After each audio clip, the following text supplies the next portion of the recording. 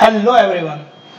तो आज की क्लास में हम जो टॉपिक करने जा रहे हैं इसमें हम फुल फ्लैश क्वेश्चन की जनरल एंट्री करना सीखेंगे। जब हमें एग्जाम में जब हमारा क्वेश्चन आता है तो सबसे बड़ी प्रॉब्लम आती है कि अगर हमारे सामने फुल फ्लैश क्वेश्चन दे दिया जाए और उसकी जनरल एंट्री करना पड़ जाए तो हमें सबसे पहले कौन सी जनरल एंट्री करनी होगी, उसके बाद कौन सी जनरल एंट्री करनी होगी, ये हमें प्रोसीजर नहीं पता। तो आज हम यही सीखेंगे कि भैया हमें स्टेप बाय स्टेप कौन कौन सी जनरल एंट्री सबसे पहले पुट करनी होती है और कितनी जनरल एंट्री होंगी जिससे कि हमारा क्वेश्चन में कोई भी जनरल एंट्री ना छूटे। क्योंकि एग्जामिनर आजकल क्या करते हैं, पूरे क्वेश्चन की जनरल एंट्री ही पूछ लेते हैं। आपको revaluation account, partner capital account बनाना ही नहीं है। अब आपके पास दो ऑप्शन होंगे, या तो आप सीख के चले जाओ या फिर आप पहले क्या करोगे, revaluation account, partner capital account बनाओगे, फिर आप उसकी जनरल एंट्री करोगे, तो वो आपके लिए लेंथी पड़ जाएगा। प्रॉब्लम आपको समझ में आ गई होगी। तो आज हम इसी बात पे फोकस करेंगे कि अगर हमें जनरल एंट्री में कोई भी किसी भी क्वेश्चन में कोई जनरल एंट्री करनी पड़ जाए तो हमारा मेन फोकस कैसे होगा और हम किस तरह से कवर करेंगे। ठीक है, तो चलो स्टार्ट करते हैं। सुनिए, ये मैंने क्वेश्चन लिया है 61 टीएस गरेवाल का, और टीएस गरेवाल आपके पास बुक होगी तो पहले बुक निकाल लो और साथ के साथ कॉपी निकाल लो। अगर नहीं है तो इसका स्क्रीनशॉट भी ले सकते हो। ठीक है, अब स्क्रीनशॉट लेके फिर आप क्या करोगे, मैं भी यहाँ पे बुक का क्वेश्चन ले लेता हूँ। ठीक है, चलिए सुनिए भाई। तो आपका स्टेप जो हमने लास्ट क्लास ली थी 6 मार्क्स का मैंने कंप्लीट क्वेश्चन करवाया था, उसमें भी मैंने सबसे पहले कहा था कि आपको बेस बनाना जरूरी है, चाहे वो क्वेश्चन जनरल एंट्री का हो, चाहे वो क्वेश्चन आपका अकाउंट बनाने का हो। क्योंकि बेस में है ना, आपको सैक्रिफाइस रेशियो वगैरह पता चल जाती हैं जो आपके गुडविल ट्रीटमेंट में काम आती है। तो आप सबसे पहले, ये बात मैं 2 वीडियो में बता चुका हूं कि आपको सबसे पहले बेस बनाना बहुत जरूरी है। और बेस का मतलब सिर्फ इतना सा है कि किस बंदे ने कितना सैक्रिफाइस किया पुराने बंदों में से, और जो नया बंदा आया वो कितने शेयर के लिए आया। ये 2 बातें आपको बेस में पता होनी चाहिए। चलो क्वेश्चन को रीडिंग करते हैं जिससे हमारी समझ में आ जाए। Given below the balance sheet of A and B, partner कौन है, ए और बी, इनकी प्रॉफिट शेयरिंग रेशियो क्या है, 2:1। मैंने पिछली क्लास में बताया था कि ओल्ड रेशियो क्वेश्चन में कंफर्म गिवन होगी। ऐसा कोई क्वेश्चन नहीं होगा जिसमें ओल्ड रेशियो ना दे रखी हो। अगर आपके क्वेश्चन में ओल्ड रेशियो ना दे रखी हो तो ओल्ड रेशियो इक्वल अज्यूम कर लो 1:1, बट इस क्वेश्चन में दे रखी है 2:1, तो हम इसी को लेके चलेंगे। ठीक है, आगे बढ़े। अब आपको कुछ लायबिलिटी दे रखी है, bills payable, creditor, outstanding expense, capital, cash in hand, asset दे रखी है, cash at bank, sundry stock, plant, building, ये दे रखी है। ये हमारी एसेट्स और लायबिलिटी दे रखी हैं। इसके बारे में अभी बात कर लेंगे। इसके बाद हमें कुछ एडजस्टमेंट दे रखी है नीचे, जो कि आपके क्वेश्चन में दी मिलेंगी। C is admitted for 1 April 2013, C admit हुआ। ठीक है, सी विल ब्रिंग 1 लाख रुपए कैपिटल के और 60,000 रुपए गुडविल के। ये बात आपको पता होनी चाहिए कि 1 लाख रुपए तो कैपिटल के लेके आया और 60,000 रुपए गुडविल के लेके आया और 1/4 शेयर के लिए लेके आया। तो मतलब क्या हुआ कि सी का शेयर हमारे फर्म में 1/4 रहेगा पूरी फर्म में। मतलब अगर पूरी फर्म का प्रॉफिट 1 रुपया हुआ तो 1/4 तो यही ले जाएगा। अगर हमारा प्रॉफिट 100 रुपए हुआ तो 25 रुपए तो यही ले जाएगा। समझ गए? बाकी बचे हुए कौन लेगा, ए और बी। ठीक है, इसके बाद बी, सी, डी और ई 4 पॉइंट आपके रिवैल्यूएशन के हैं। तो बी में, इनमें आपको कोई एसेट्स इंक्रीज हो रही है, कोई एसेट डिक्रीज हो रही है। तो आप जब भी कोई फुल फ्लैश क्वेश्चन करो तो सबसे पहले ये देख लिया करो कितनी एडजस्टमेंट आपकी रिवैल्यूएशन की है, नए पार्टनर की कौन कौन सी एडजस्टमेंट है और कैपिटल एडजस्टमेंट का कौन सा क्वेश्चन है। तो कैपिटल एडजस्टमेंट तो इसमें है ही नहीं, तो इसमें आपको रिवैल्यूएशन के 4 पॉइंट दे रखे हैं और 1 पॉइंट आपका जो नया बंदा आया उसके लिए दे रखे हैं। तो हम क्या करेंगे, इसको मैं क्लीन कर देता हूं जिससे आपको समझ में आ जाए। तो आपको बेस बनाने में मैंने कहा था कि सबसे पहले क्या करेंगे, हम पार्टनर लिखेंगे। पार्टनर हमारे पास है, पार्टनर है ए और बी। प्रॉफिट शेयरिंग रेशियो है इनकी, प्रॉफिट शेयरिंग रेशियो कितनी थी, 2:1, ये ओल्ड रेशियो है, ठीक है। न्यू पार्टनर एडमिट हुआ सी, कब हुआ, 1 अप्रैल 2023, ठीक है, सी एडमिट हुआ, और कितने के लिए हुआ, 1/4 के लिए। सर अब ना ये नहीं बता रखा कि इसने ए से कितना लिया, बी से कितना लिया। अगर आपके क्वेश्चन में सिर्फ इतना बोल दे क्वेश्चन कि सी आया 1/4 के लिए, ये नहीं बताया कि किससे कितना लिया, तो जब आपको ये इंफॉर्मेशन ना हो कि आपका जो सी पार्टनर आया उसने ए से कितना लिया, बी से कितना लिया, ये बात क्लियर मेंशन ना हो, तो आप अज्यूम कर लोगे कि जो ए और बी की जो पुरानी रेशियो है उसी रेशियो में इन्होंने सैक्रिफाइस किया होगा। ये बात अपनी कॉपी में नोट डाउन कर लो। अगर आपके एग्जाम में कोई या आपके क्वेश्चन में कोई नया बंदा आया और सिर्फ क्वेश्चन ने सिर्फ इतनी सी बात मेंशन की कि वो इतने शेयर के लिए आया, 1/4 के लिए, 1/5 के लिए, और ये नहीं बताया कि उसने ए से कितना लिया और बी से कितना लिया, ऐसे केस में आप ओल्ड रेशियो को ही सैक्रिफाइस रेशियो में जूम कर लोगे। तो सैक्रिफाइस रेशियो यहां पे हो गई, सैक्रिफाइस रेशियो हो गई 2:1, किस किस की, ए की और बी की। तो इसका मतलब दोनों ने ही सैक्रिफाइस किया होगा, ठीक। अब करते हैं जनरल एंट्री स्टार्ट। मैं जो स्टेप बता रहा हूं आप अगर उसके बेस पे करोगे तो कंफर्म आपका क्वेश्चन गलत नहीं होगा और आपके क्वेश्चन में कोई पॉइंट गलत नहीं होगा। इस क्वेश्चन में आपको एंट्री भी करनी है, रिवैल्यूएशन अकाउंट भी, पार्टनर कैपिटल और बैलेंस शीट बनानी है। हम अभी एंट्री ही सीख रहे हैं क्योंकि एग्जाम में एंट्री आता है। रिवैल्यूएशन पार्टनर कैपिटल अकाउंट मैंने पिछली क्लास में सिखा दिया, तो इस क्वेश्चन की सिर्फ हम क्या करेंगे, जनरल एंट्री। तो पहला स्टेप आपको सारी की सारी रीवैल्यूएशन से रिलेटेड सारी एंट्री कर दो। पहले आपके क्वेश्चन में देख लो कि रीवैल्यूएशन अकाउंट से रिलेटेड कितनी जनरल एंट्री हो सकती हैं। तो अगर आप ध्यान से देखो तो B point, C point, D point और ई पॉइंट, इनमें जितनी भी एडजस्टमेंट है वो सारी रिवैल्यूएशन से रिलेटेड है। तो पहले हम रिवैल्यूएशन से रिलेटेड एडजस्टमेंट करेंगे। रिवैल्यूएशन अकाउंट का आपको पता होगा कि ये एक नॉमिनल अकाउंट होता है, लिख लेना, साथ ही साथ ध्यान भी दे लेना। ये एक नॉमिनल अकाउंट होता है और नॉमिनल अकाउंट का एक नेचर होता है कि लॉस अगर होगा तो डेबिट में आएगा और प्रॉफिट होगा तो क्रेडिट में आएगा। तो जब जब आपको लॉस होता जाए तो रिवैल्यूएशन के डेबिट में ट्रांसफर करना, रिवैल्यूएशन अकाउंट को डेबिट करना है, और प्रॉफिट होगा तो रिवैल्यूएशन अकाउंट को क्रेडिट करना है। समझ गए?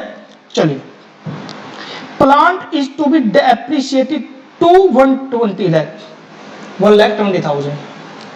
टू का मतलब होता है इस वैल्यू तक। टू के टाइम पे आप इन दोनों का डिफरेंस लोगे, जो पहले वैल्यू थी और जो आज वैल्यू है। प्लांट की पहले वैल्यू कितनी थी, 1 लाख, आज वैल्यू कितनी है, 1,20,000। तो आज वैल्यू 1,20,000 है, तो कितना इंक्रीज हुआ, 20,000 रुपए। तो 20,000 रुपए से इंक्रीज हुआ। देखो यहाँ पे मैंने 1,20,000 नहीं लिया क्योंकि 2 लिख रखा है, 2 नहीं लिखा होता बाय, तब हम लेते 1,20,000, क्योंकि बाय का मतलब होता है इस वैल्यू से। तो 2 का मतलब आप समझ गए होंगे कि डिफरेंस ही लेना आपको। तो 20,000 रुपए से इंक्रीज हुआ तो आपको प्रॉफिट हुआ कि लॉस हुआ, प्रॉफिट हुआ। प्लांट की वैल्यू इंक्रीज होगी तो प्रॉफिट होगा ना, बिल्कुल प्रॉफिट होगा। तो ये रिवैल्यूएशन अकाउंट किस साइड जाएगा, क्रेडिट साइड, क्योंकि प्रॉफिट हो रहा है, अभी कुछ देर पहले मैंने बताया। तो क्रेडिट साइड जाएगा, आप खुद बोल रहे हो, तो एंट्री गलत क्यों करते हो।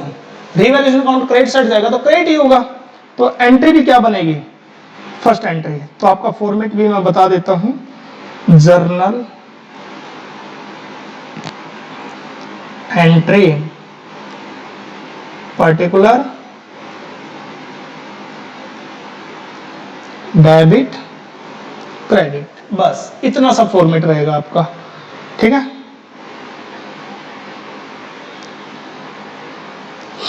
First general entry, plant increase हुआ है, ध्यान रखना। तो हम लिखेंगे प्लांट अकाउंट डेबिट। सर आपने प्लांट अकाउंट डेबिट क्यों किया, क्योंकि मुझे प्लांट इंक्रीज होते हुए मुझे रिवैल्यूएशन अकाउंट के क्रेडिट में ट्रांसफर करना है। तो रिवैल्यूएशन अकाउंट क्रेडिट ही होगा 20,000 रुपए से। देखा, एक एंट्री हो गई। अब अगली एंट्री की बात करते हैं। ये मैं क्लीन कर देता हूं दोबारा। चलिए, next, value building is to be देखो एप्रिशिएट बाय 10%, अब सिर्फ 10% इंक्रीज हुई है। तो बिल्डिंग की वैल्यू कितनी थी 150, 150 का 10% कितने बच्चों को नहीं आता, बहुत सारे बच्चों को नहीं आता होगा, पक्की बात है। तो 1,50,000 का 10%, तो मैं यहां करके दिखा देता हूं, तो यह आएगा 15,000 रुपए। एप्रिशिएट हुई है बिल्डिंग, बिल्डिंग एप्रिशिएट होगी, एसेट्स एप्रिशिएट होगी, तो प्रॉफिट होगा कि लॉस होगा, प्रॉफिट होगा ना। तो हम किस साइड लिखेंगे, ट्रेड साइड है।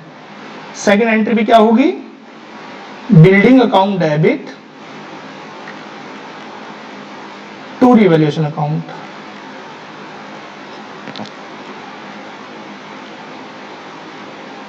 $15,000 $15,000। देखा आसान है ना, जितना प्रॉफिट होता जाता है रिवैल्यूएशन अकाउंट के क्रेडिट में डालते जाएंगे। और प्रॉफिट कब कब होगा, इसके लिए मैंने रिवैल्यूएशन अकाउंट का पूरा एक टॉपिक करवा रखा है, वो आपको देखना चाहिए, जिससे आपको कंसेप्ट पूरा क्लियर हो जाएगी। रिवैल्यूएशन अकाउंट होता क्या है और कब हमें प्रॉफिट होगा, कब हमें लॉस होगा, ये सारी चीजें हमने सिखा रखी हैं। एक बात याद रखना, जब आप एंट्री कर रहे हो तो इसकी नरेशन लिखना बहुत जरूरी है। तो इसकी नरेशन लिखोगे बीइंग लगा के बस आप वो लिख दो जो आपने किया है अभी। Plant value is increased, being plant value is increased. और यहां पे क्या लिखोगे, being building value is increased.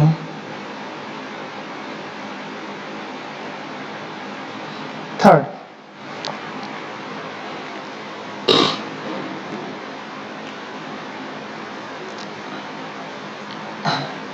C point, stock is found over valued.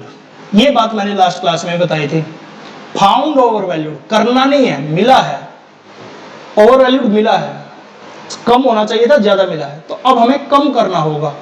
और स्टॉक हमारी एसेट्स होती है, और एसेट्स की वैल्यू अगर कम करनी पड़े तो ये हमारे लिए फायदे की बात नहीं है, ये हमारे लॉस के लिए बात है। तो ये रिवैल्यूएशन अकाउंट किस साइड जाएगा, डेबिट साइड। तो एंट्री बनेगी revaluation account debit to stock account. कितने रुपए, 4,000 रुपए, क्योंकि 4,000 रुपए से ही है, बाय लिख रखा ना। आगे, ए provision for doubtful created 5% of debtor, debtor का 5% प्रोविजन क्रिएट करना आपको। डेटर कितना के आपके 60,000 के, इसका कितने परसेंट, 5%। 60,000 का 5% कितना हुआ, 3,000 रुपए। 3,000 रुपए आपको क्या करना है, प्रोविजन क्रिएट करना। और प्रोविजन कभी भी आपके लिए फायदे की बात नहीं हो सकती, याद रखना ये बात। तो प्रोविजन क्रिएट करोगे तो यहां पे भी आप क्या लिख दोगे, पहले तो इसकी नरेशन लिख दोगे, being stock value found over valued. ठीक है, नेक्स्ट करते हैं fourth, provision for doubtful debt create करना है ना, तो कितने परसेंट करना है, 10%। किसका, डेटर का। 60,000 का 5%, सॉरी 3,000 रुपए का।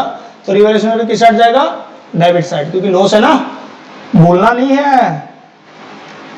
रिवैल्यूएशन अकाउंट डेबिट टू, मैं थोड़ा सा शॉर्टकट में प्रोविजन फॉर डाउटफुल डेट, आप पूरा लिखोगे इसको, प्रोविजन फॉर डाउटफुल डेट कितना, 3,000 रुपए। ठीक है, next, creditor were unrecorded to the extent of ₹1,000। ये देखो, क्रेडिटर वाज अनरिकॉर्डेड, अभी तक रिकॉर्ड नहीं हुए हैं। एक बात बताओ, क्रेडिटर को रिकॉर्ड नहीं किया है, करेंगे तो हमारी लायबिलिटी बढ़ेगी ना। रिकॉर्ड करोगे 1,000 रुपए के और क्रेडिटर ऐड हो गए तो ये तो नुकसान होगा ना हमारा, कम होते तो फायदा होता। तो अगर हमारे क्रेडिटर बढ़ गए, अनरिकॉर्डेड क्रेडिटर हैं, उनको क्रेडिट रिकॉर्ड करोगे तो ये आपके लिए लॉस की बात है। तो ये रिवैल्यूएशन किस साइड जाएगा, डेबिट साइड ही जाएगा। ठीक है, रिवैल्यूएशन अकाउंट डेबिट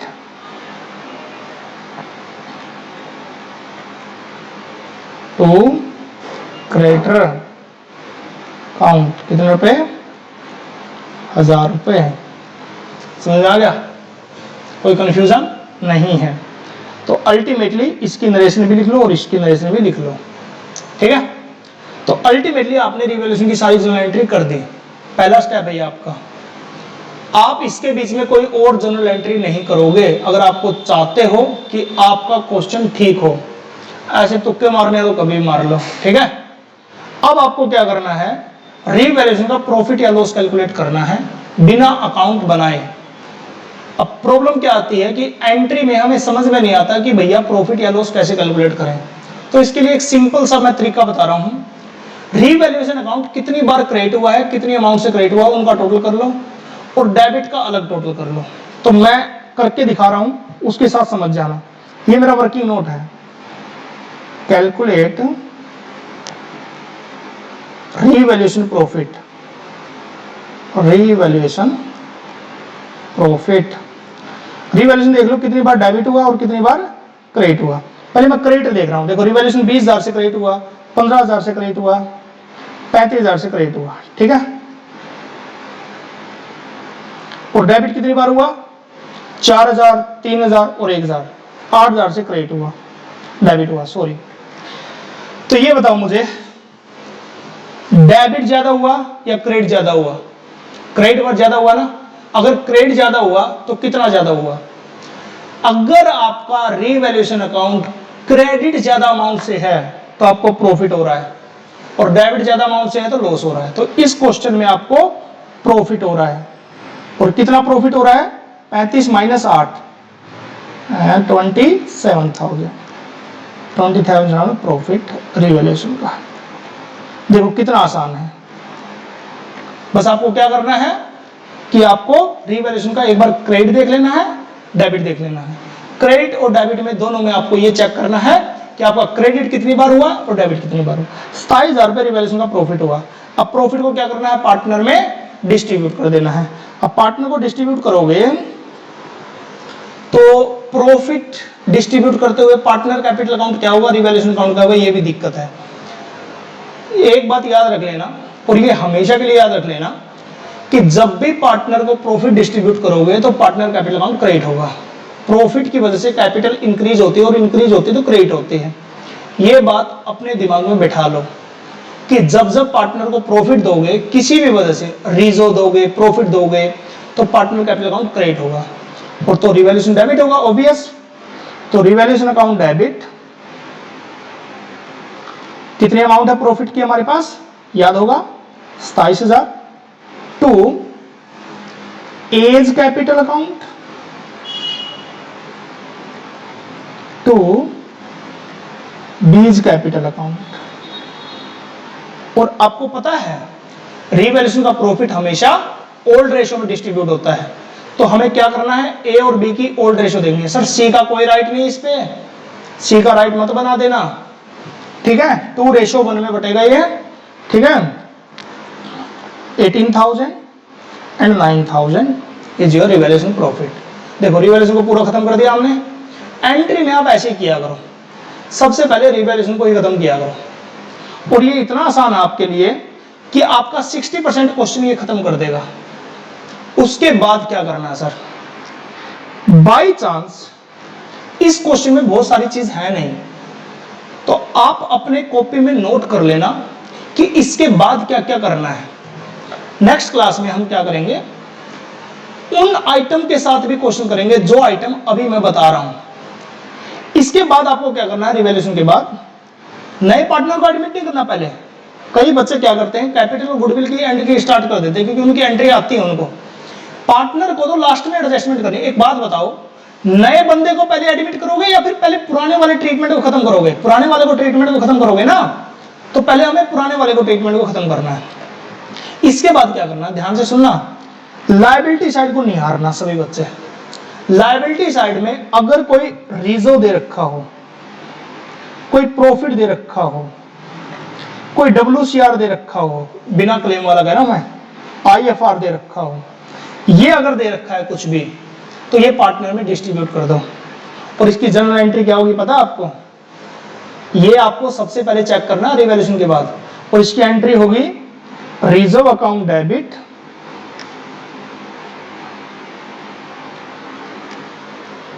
इसकी एंट्री होगी आपकी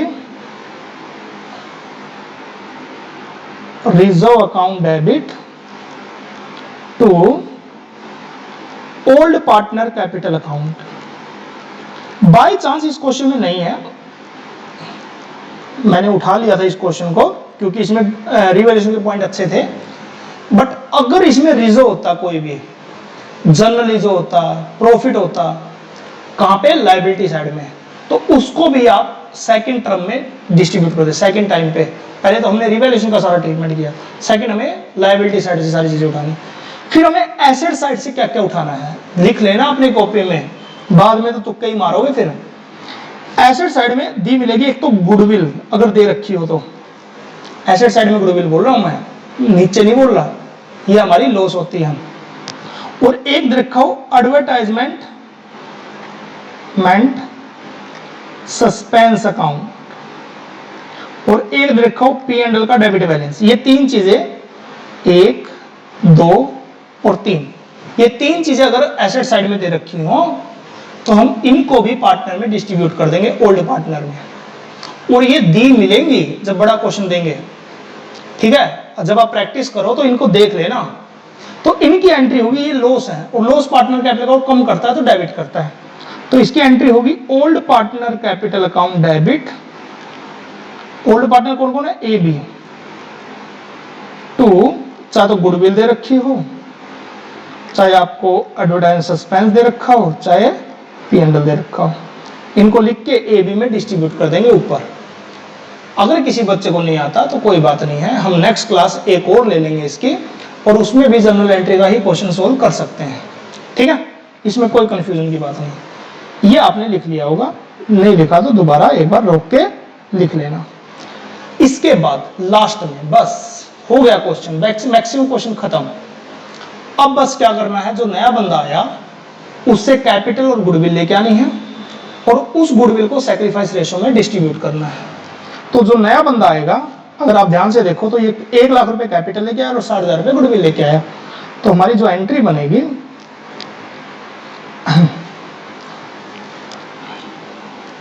अगर आपको गुडविल की और कैपिटल की एंट्री नहीं आती तो मैंने करवा रखी है, एक क्लास में जाके देख लेना। Cash account debit to C's capital account और to premium for goodwill account. अब बताओ कैपिटल कितनी लेके आई है? 1 लाख रुपए, 1 लाख रुपए लेके आया ना, बिल्कुल। और गुडविल कितनी लेके आया? 60,000 रुपए। तो टोटल कैश कितना लेके आया? 1,60,000। ये छोटी छोटी मिस्टेक होती है वहां पे, यहाँ पे टोटल नहीं लिखा, इन दोनों का अलग अलग नहीं लिखा, पता नहीं क्या क्या गलतियां करते हैं जल्दबाजी में। और इसकी narration being C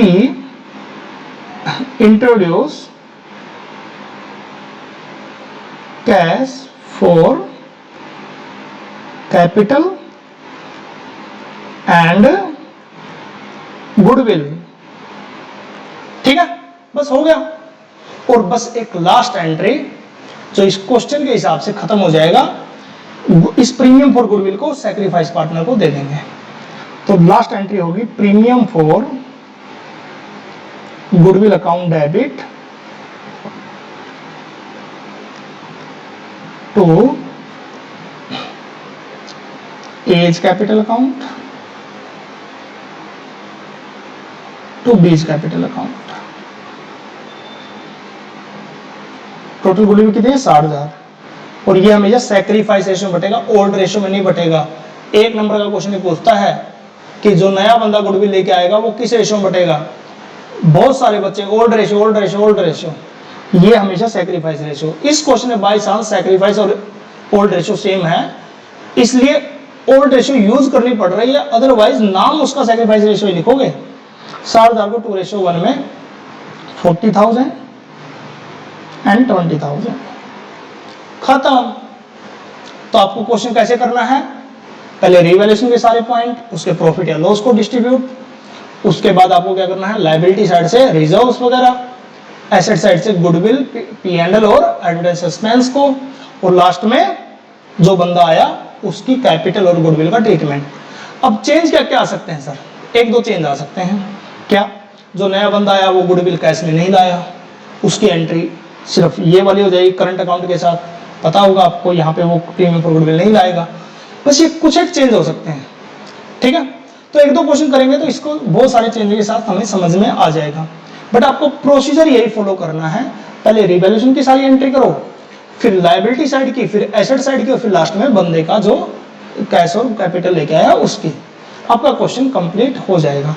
thank you very much, मुझे लगता है आपको काफी समझ में आया होगा। नेक्स्ट क्लास में हम नेक्स्ट टॉपिक करते हैं।